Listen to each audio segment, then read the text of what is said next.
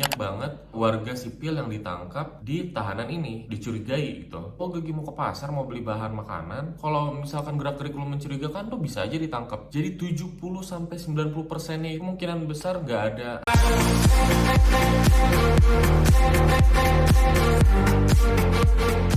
Hello guys, balik lagi bersama saya di Ahmad Serius. Gimana kabar kalian semuanya?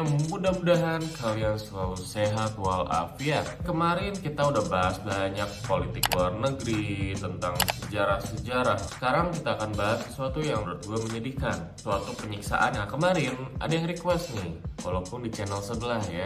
Bang, bahas dong penjara Abu Ghraib yang ada di Irak. Nah, karena ada yang request seperti itu, jadi kita akan bahas aja penyiksaan penjara Abu Ghraib oleh Amerika Serikat di Better is Matter.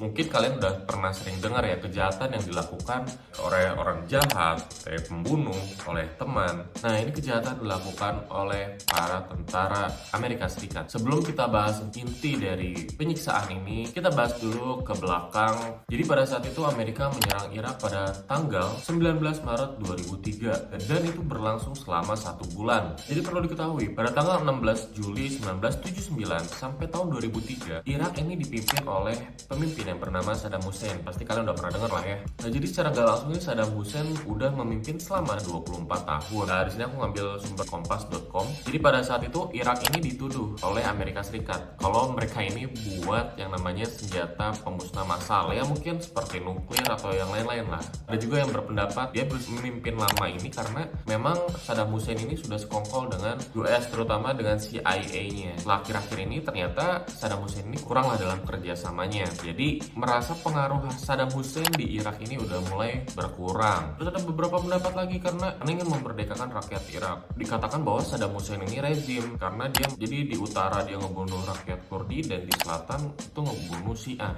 Jadi secara nggak langsung Amerika Serikat ini mengatakan bahwa saya sebagai kemanusiaan ya harus menyelamatin mereka semua, warga Kurdi dan warga Syiah. Selain itu juga kalian mungkin pernah lihat meme ini ya.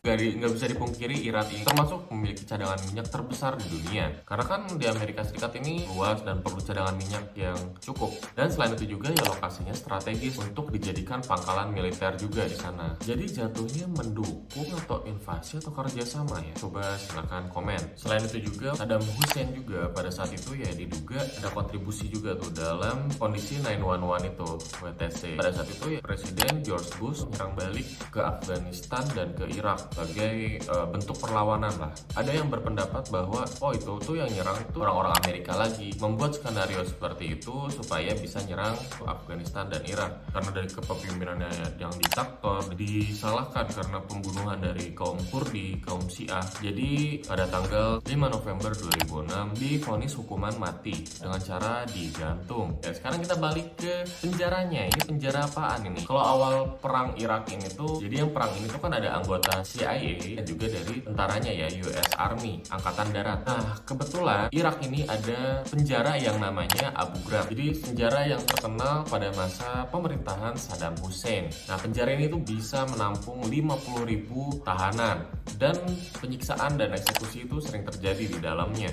Abu Ghraib itu buat yang belum tahu dia dekat Baghdad, 32 km di sebelah barat ibu kotanya. Nah, setelah invasi dari Amerika Serikat berpindah tangan, penjaranya jadi milik US. Jadi tempat markasnya lah dan diubahnya menjadi penjara militer dari Iraknya ini. Digunakan untuk menahan orang-orang yang dicurigai sindikat-sindikat untuk pemberontakan saat pemerintahan Irak ini tuh dipegang oleh Amerika Serikat. Walaupun belum tentu dia benar-benar pemberontak atau enggak, nah itu tuh ditangkap dan diinvestigasi di dalam. Dan sayangnya banyak banget warga sipil yang ditangkap di tahanan ini, dicurigai gitu. Oh, Gigi mau ke pasar mau beli bahan makanan, kalau misalkan gerak-gerik lu mencurigakan tuh bisa aja ditangkap. Jadi 70-90%-nya kemungkinan besar nggak ada hubungan apa-apa sama kelompok pemberontakan. Gak jarang dari orang remaja dan juga ibu-ibu juga pada ditangkepin aja. Tapi untungnya pada tahun yang sama 2004 juga ada salah satu perwira di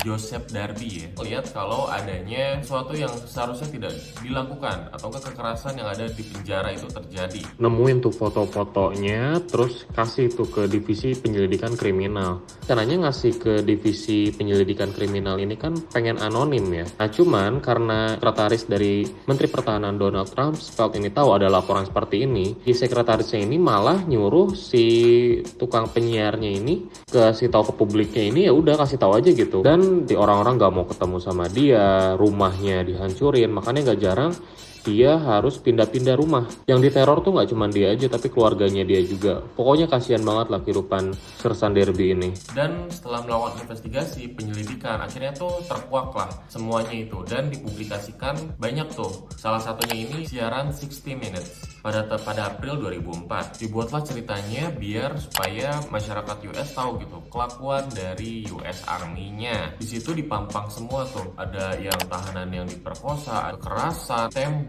sama peluru yang nggak mematikan, disuruh di depan orang-orang. Terus pas waktu wawancara di 60 Minutes itu juga ya disiarkan juga ketua tentara yang bertanggung jawab dalam operasi ke Irak. Nah pada saat itu ya jawabannya ya diplomatis aja. Dia bilang, saya juga kaget kenapa kelakuan tentara saya seperti ini. Kita pakai baju yang sama, prinsipnya sama, kalau ketemu di depan baik-baik aja kayak nggak ada masalah. Dia mengakui kalau itu salah dan tentara US ini diberlakukan seperti itu juga nggak mau dong. Ya tentu dia juga bilang jangan samaratakan lah 150.000 tentara yang datang karena segerombolan orang itu yang ngelakuin, jangan disamaratakan lah. Emang ada apa aja sih yang terjadi, untuk detailnya itu penyiksaannya tuh kayak gimana sih? Gua akan bahas satu-satu ya.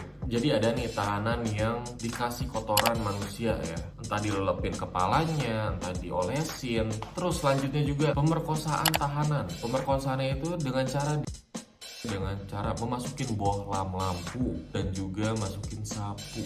Lu bayangin sendiri, itu yang dari laporan, gue nggak tahu kalau yang lainnya ya. Terus ada juga anak remaja laki-laki yang diperkosa, memang benar-benar diperkosa, itu ada juga. Terus kalau tahanan wanita aman bang, ya jangan ditanya, ya kurang lebih sama juga. Ya, jadi akhirnya banyak yang hamil juga tuh. Di situ ya anggota keluarga yang pas udah bebas, perempuannya ya udah nggak dianggap anak lagi lah. Terus ada pelanggaran lainnya. Seperti tadi ya, tahanan dikencingin, terus diikat tangannya, diikat kemaluan, itu ada juga loh. Menuangkan cairan kimia ke tahanan asal fosfat ya, pukulin tahanan dengan benda tumpul, logam. Dan yang paling gua nggak habis pikir, mereka naro ular berbisa buat tahanannya. Lo pikir, gua kecoa aja takut. Mohon maaf Pak. Selain itu ada penyiksaan yang sistematis juga. Salah satunya adalah dari frequent flyer.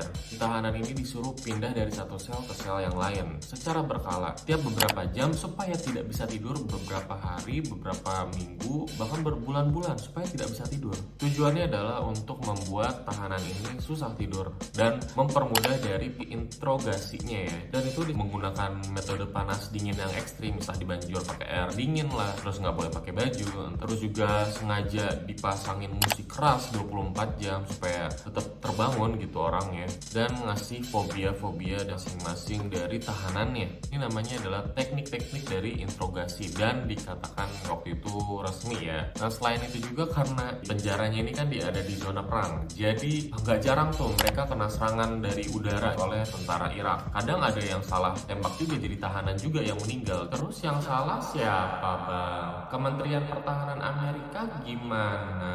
Ini tuh instruksi juga dari Menteri Pertahanan US pada saat itu, Donald Rumsfeld. Dia menandatangani bahwa itu tuh dibolehkan gitu. Itu pun teknik ini pun udah dilakuin juga pada saat terjadi penahanan pada militer-militer di Afghanistan. Padahal ini tuh kalau dilihat dari sisi internasional, pada saat itu tuh sudah ada tuntutan dari pihak Jerman untuk menuntut Donald Rumsfeld ini dan juga tentara-tentara terkait lah. Tahanan-tahanan yang sudah kan akhirnya dibebasin tuh. Cuman pada saat dibebasin banyak tahanan yang nggak mau ngomong gitu karena ya malu gitu. Kalau lu ungkapin nanti disebar ke media sosial muka lu, oh ya ini orang yang udah pernah kena ini kena itu gitu ya, serba salah jadinya gitu privasinya. Banyak yang diem aja gitu, tapi banyak juga yang sih tahu apa aja yang terjadi di dalam. Selain malu juga takut juga entah US atau kayak gimana gitu, nanti dia gunakan kekuatannya buat teken lah, atau dengan cara dibulak-balikan fakta atau enggak dibunuh bahkan kan. Nah akhirnya pada tahun 2006 akhirnya dibalikin lagi tuh ke pihak negara Irak. Tapi akhirnya pada tahun 2014 akhirnya penjara ini ditutup. Kenapa ditutup, Pak? Karena pada saat itu tuh lagi heboh-hebohnya ISIS ya. Takut diambil alih sama ISIS ya, jadi pertahanan buat ISIS. Selain itu juga para tahanan yang pernah disiksa dulu pada tahun 2013 karena pada saat itu terjadi penyelewengan lain, mereka harus bayar denda tuh kepada orang-orang yang udah diselewengkannya gitu, yang udah jadi korbannya sebanyak 5,28 juta dolar. Katanya ini harga kompensasinya lebih rendah daripada yang seharusnya, dan ini dibagikan cara porsinya kepada 71 mantan narapidana. Dan ini gue jelasin ya, salah satu metode yang sangat mengganggu sekali ya. Lu ditutup matanya, lu disuruh tangannya ke pinggir, gelap, panas, dan lu harus berdiri lama. Kalau lu jatuh ya itu bakal nyetrum gitu. Dan ini adalah cerita dari kesaksian dari mantan narapidana yang pernah dipenjara pada saat itu. Kesaksian setelah 15 tahun di penjara, mungkin tahun 2018-2019. Tahanan ini tuh dia nggak bisa ngelupain tersengat listriknya. Dia bilang rasanya itu kayak kebakar dan sampai-sampai mata lo itu ngeluarin api. Bukan kayak anim-anim, bukan ya.